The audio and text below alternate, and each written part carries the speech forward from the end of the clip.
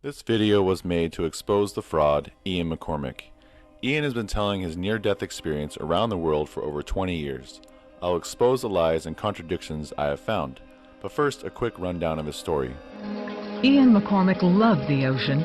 He was an avid diver, but nothing prepared him for what he was about to encounter. As I dived in the water, something smashed into my forearm. Felt like thousands of volts of electricity. My whole arm was swollen, double its normal size. My arm was blistered where the tentacles had hit me, like burn blisters. I could feel the toxin quickly moving up my blood stream into my lymph glands. I thought to myself, Ian, what on earth have you done in your life to deserve this kind of punishment? Ian was stung by 5 box jellyfish. One can kill a person in 4 minutes. And he wasn't ready to die. Ian was young, loved to travel, party, and womanize. He also had been an atheist and didn't know what was waiting for him in the afterlife. With precious time passing by and several failed attempts for help, Ian finally got an ambulance to take him to the hospital. But Ian knew it was probably too late.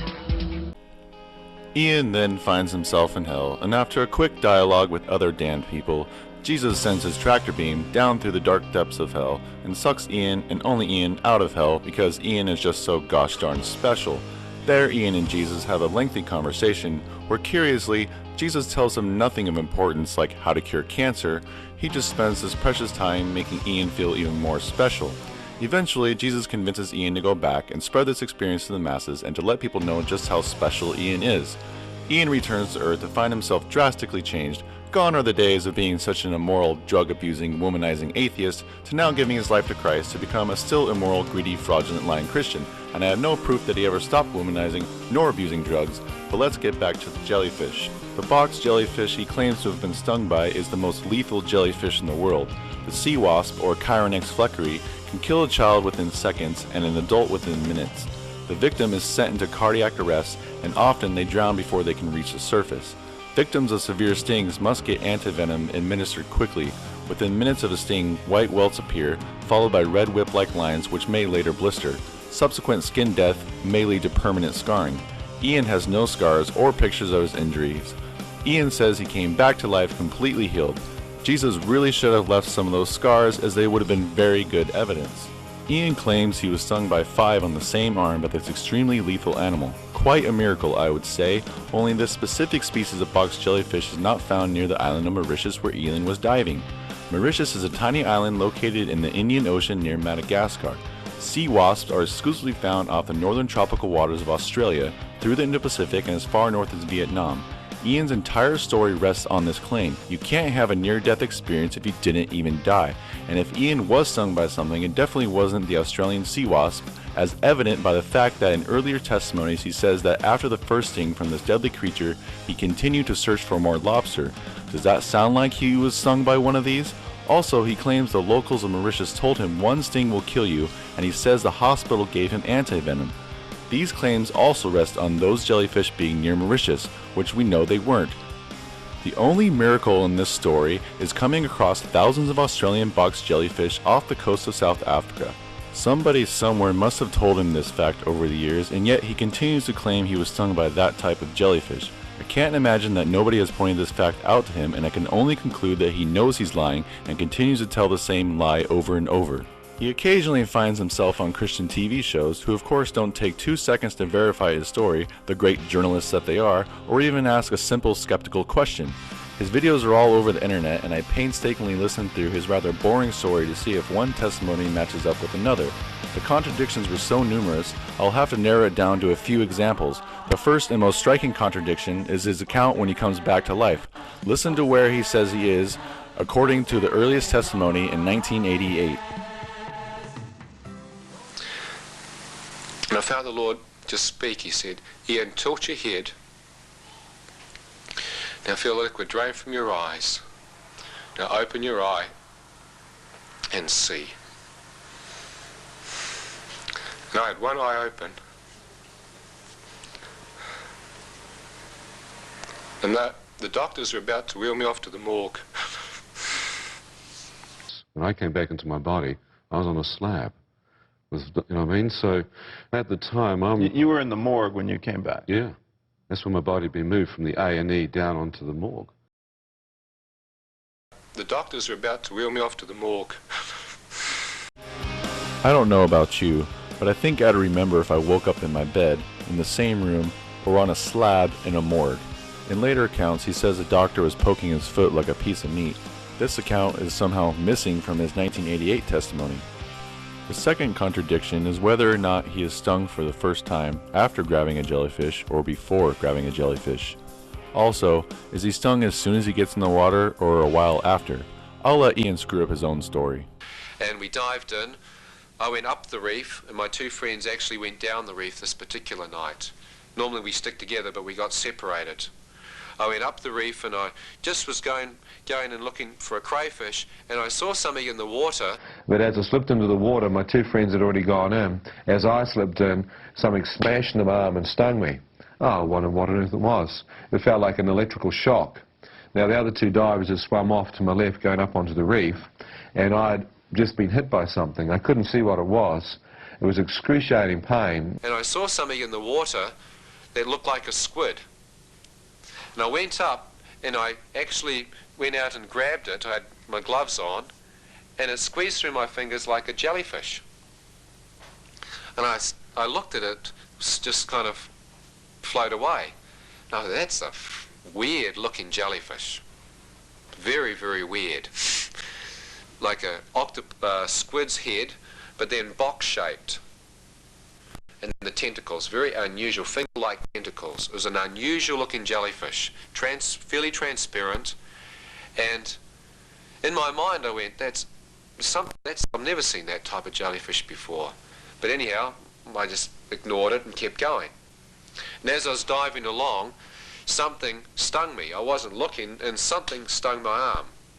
My wetsuit came to here, so the only part of my body that wasn't covered by a wetsuit were the forearms. And something brushed past me and stung me. Incredible shock. But as this jellyfish went through my hand, I thought, oh, well, I wonder what that is. Kept swimming. Then as I kept looking for crays, something else smashed in my arm. This time I saw the tentacles of this jellyfish going past me. I realised, oh man, I must have been hit the first time by one. That's it. Urinate. Vinegar will do it. Maybe urine will help and be like a bush medicine. Peeling my wetsuit off because it's constricting my breathing. I urinated it over my arm, made sure I didn't rub the toxin anymore. I pulled my wetsuit off and tried to urinate on my forearm. I found myself completely dehydrated. I couldn't. When we dive, we always have a bottle of Coke or water in the bow just to try and get rid of the snorkel taste, because it's a foul taste. So you're sucking on the snorkel for 3 or 4 hours. And so I grabbed it, drank it, perspiration flooded through my system, and I was able to gently urinate and rub the urine into my forearm, because I thought maybe this will nullify some of the toxin. The next contradiction is Ian's account of his experience in hell. Listen to how the story has dramatically evolved, and particularly, listen to how he comes to the realization that he's in hell. In the oldest account, he figures it out for himself, but in later accounts, he always says that somebody tells him he's in hell. I knew there was something around me, and I became more aware that it seemed like other people moving around me in the same predicament as me. And yet I was picking up, literally, shut up, son. Don't move. Don't disturb our peace. Shut up. You deserve to be here. I was hearing different impressions, like voices speaking around me in this darkness. And I'm going, where on earth am I? It feels like hell. And I'm just, like, don't move, don't breathe, don't speak, just shh. And I really, in that split second, went, this must be hell. This must be hell. Where on earth, what's going on?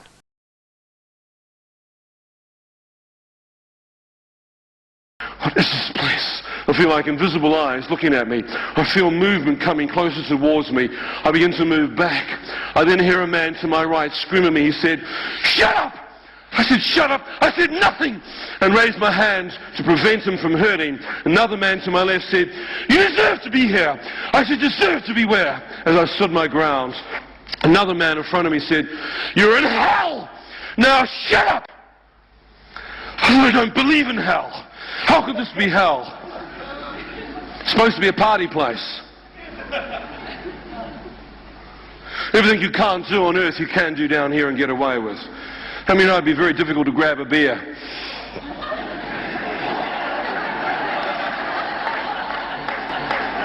I mean, it'd be very hard to pack a bong. Where's that cone gone, boys?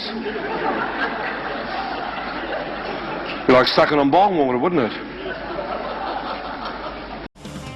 Ian's account of the 5 stings always changes. Unfortunately, he doesn't go into too much detail in the later accounts, but in the 1988 testimony, it's the only account that outlines the 3rd sting. It's my personal favorite.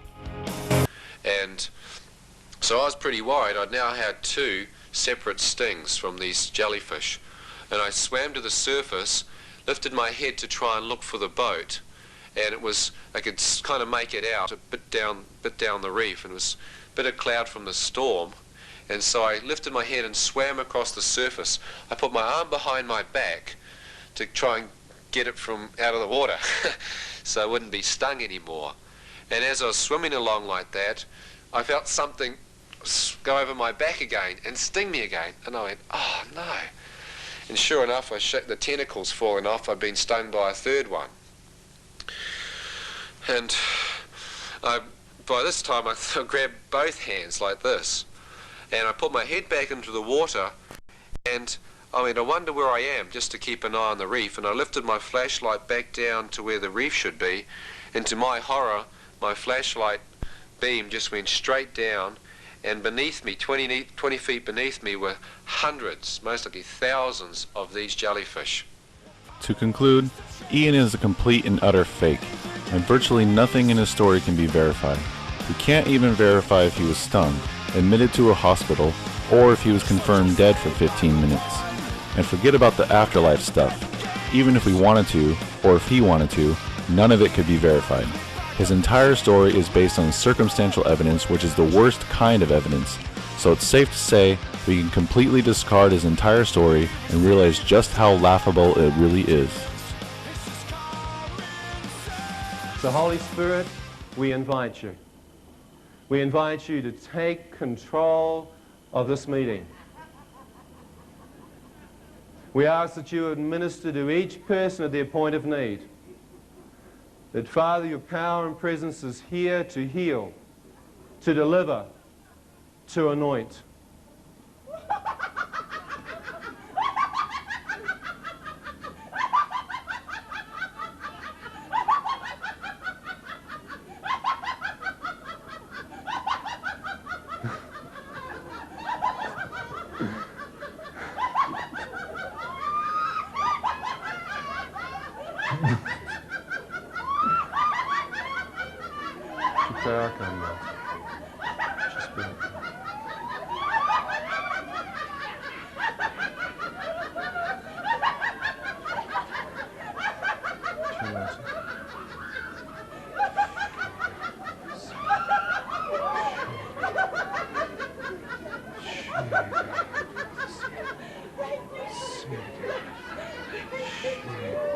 You just allow his presence to come. You let him do what he's doing in your life. Now, some of you are weeping. Some of you are laughing. It's okay. Some of you can feel the power moving over you. Reach out and allow more to come. So let your Spirit come, Lord.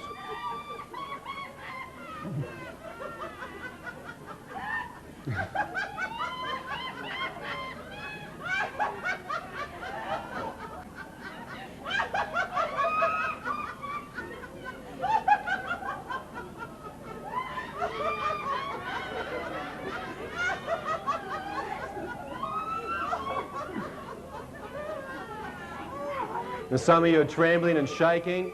That's the power of God upon you. Now you allow more to come. You let him to set you on fire. You let the fire of God begin to move over your body and consume you with his presence and power. Let the wind of your spirit blow on the hearts that are hungry.